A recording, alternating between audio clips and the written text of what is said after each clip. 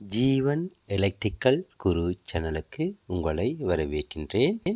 நாங்கள் இன்று இந்த வீடியோவில் டிஓஎல் ஸ்டார்டரை எவ்வாறு பரிசோதிப்பது என்று சொல்லி முழுமையாக பார்ப்போம். நீங்கள் பார்க்குற இந்த ஸ்டார்டர் வந்து டிஓஎல் ஸ்டார்டர். இந்த ஸ்டார்டரை நாங்கள் எவ்வாறு பரிசோதிப்பது என்று சொல்லி பார்ப்போம். இதில் பார்த்தீங்கன்னு சொன்னால் க்ரீன் பட்டன், ரெட் பட்டன் என்று இருக்கின்றது. க்ரீன் பட்டன் வந்து ஆனுக்காகவும், ரெட் பட்டன் வந்து ஆஃபுக்காகவும் பயன்படுகின்றது. முதல்ல நாங்கள் 2 ஸ்க்ரூவையும் கழட்டி கவரை ஓப்பன் செய்து கொள்வோம்.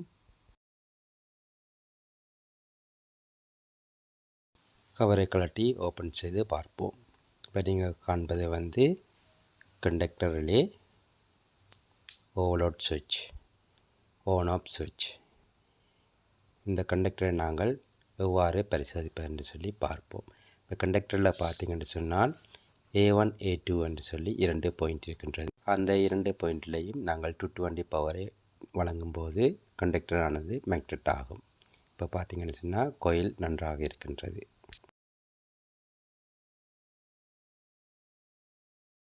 வந்து 4 பாயிண்ட் இருக்கின்றது. L1 L2 L3 normally open, normally close. L1 L3க்கு நாங்கள் 220 பவர் சப்ளையை வழங்கி ஆன் பட்டனை ப்ரெஸ் செய்யும்போது கண்டக்டரானது மேக்னெட் ஆகின்றது. அதே போல் ஆஃப் பட்டனை நாங்கள் ப்ரெஸ் பண்ணும்போது கண்டக்டரானது ஆஃப் ஆகின்றது. இவ்வாறு நாங்கள் நார்மலாக கண்டக்டர் நல்ல நிலையில் இருக்கின்றதா என்று சொல்லி பரிசோதித்து பார்க்கலாம். லோட் சைடில் நாங்கள் பவர் வந்து வருகிறதா என்று பரிசோதித்து பார்ப்பதற்காக ஒரு குமிழ் பல்பை இணைத்திருக்கின்றேன். இப்போது நாங்கள் பவரை வழங்கி ஆன் பட்டனை ப்ரெஸ் செய்யும்போது லைட்டானது வேலை செய்கிறதா என்று சொல்லி பார்ப்போம். இப்போ பார்த்தீங்கன்னு சொன்னால் ஆன் பட்டனை ப்ரெஸ் செய்யும்போது லைட்டானது வேலை செய்கின்றது. அதே போல் நாங்கள் ஆஃப் பட்டனை ப்ரெஸ் செய்யும்போது கண்டக்டரானது ஆஃப் ஆகின்றது.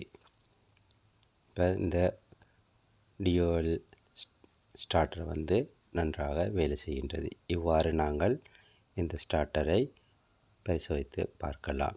அதே போல் இதில் பார்த்தீங்கன்னு சொன்னால் ஒரு சிவப்பு பட்டனும் ஒரு நீல பட்டனும் இருக்கின்றது. சிவப்பு பட்டன் வந்து ஸ்டாப் பட்டன், நீல பட்டன் வந்து ரீஸ்டார்ட் பட்டன். ஏதாவது பிரச்சனைன்னு சொன்னால் நாங்கள் நீல பட்டனை ப்ரெஸ் செய்யும்போது ரீஸ்டார்ட் ஆகும். இந்த வீடியோ உங்களுக்கு பயனுள்ளதாக இருந்தால் லைக் செய்யுங்கள். மீண்டும் ஒரு வீடியோவில் சந்திப்போம்.